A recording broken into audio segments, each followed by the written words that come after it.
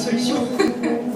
L'idée de créer un univers, parce qu'il y a clairement la création d'un univers, est-ce que ça s'est fait de manière spontanée, automatique? Est-ce que c'est plutôt des retours que tu as eu? Ah là, il y a un univers où tu l'as pensé dès le départ?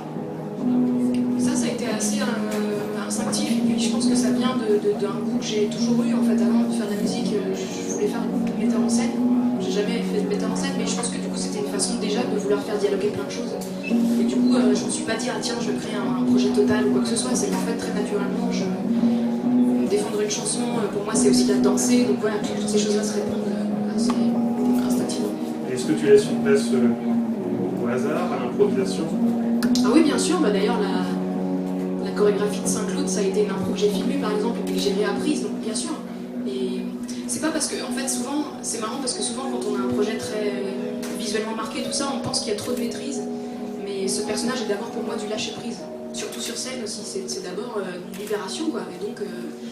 Et d'ailleurs, toutes ces choses que je rejetais avant, je les accueille dans le projet, c'est-à-dire la maladresse, les accidents, l'imperfection aussi, voilà, c'est une façon d'accepter d'être imparfaite aussi, de faire des concerts. C'est l'inverse même de quelque chose de millimétré pour moi aussi. J'ai encore deux questions avant de passer le micro. Une référence à Michael Jackson, ça ne te choquera pas. Il avait le sens de la perfection. Est-ce que justement on parlait d'être au millimètre près ou non? Dans quelle mesure tu tends vers la perfection? Oula.